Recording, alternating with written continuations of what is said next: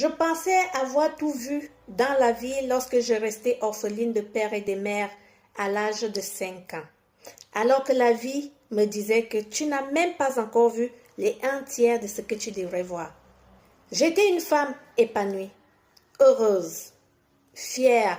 Lorsque mon entourage avait de l'admiration en me disant « Tu as eu la grâce de trouver un homme qui te chérit ». Oh oui, j'étais très très fière. Jusqu'à ce que je découvre l'histoire que je m'apprête à te raconter, qui va sûrement te faire changer la perception de certaines choses dans la vie. Et surtout, je te recommande de la partager jusqu'aux extrémités de la terre pour aider d'autres personnes et d'autres femmes qui vivent presque la même situation.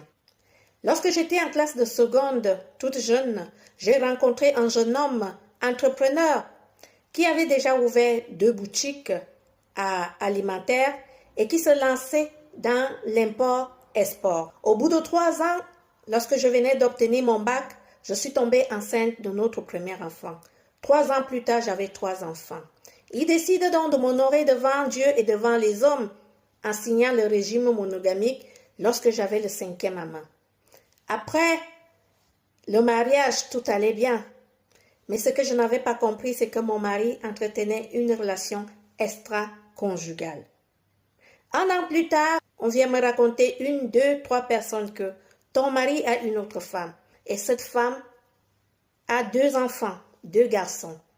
Et il est en même temps en train de mettre sur pied un bien immobilier pour cette femme et ses enfants. Je vous assure que sur le coup, j'avais des doutes. Je disais que l'homme que je connais, aimant, bien, qui ne jure que pour sa femme et ses enfants, ne pouvait pas faire une telle chose. C'est mal connaître l'homme. J'arrive donc, je dis, je vais aller enquêter, voir véritablement ce chantier. Et vous savez qui est en face de moi, les yeux dans les yeux, supervise les travaux. Ce n'est rien autre que mon mari. Simultanément, on se pose la question, qu'est-ce que tu fais là? Et toi, tu fais quoi là? C'était la question de trop à ne pas poser. La suite, je me suis retrouvée défigurée aux urgences. Il m'avait copieusement battue. Il m'a mis à poil. Après les urgences, 1 semaine après, je me retrouve à la maison. Je pensais que ça allait s'arrêter. C'est là où les violences sont parties à une vitesse effrénée. Tous les jours, j'avais droit.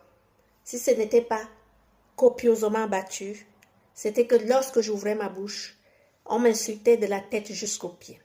Son objectif était de me pousser à bout et de demander le divorce. Et il me disait toujours, quand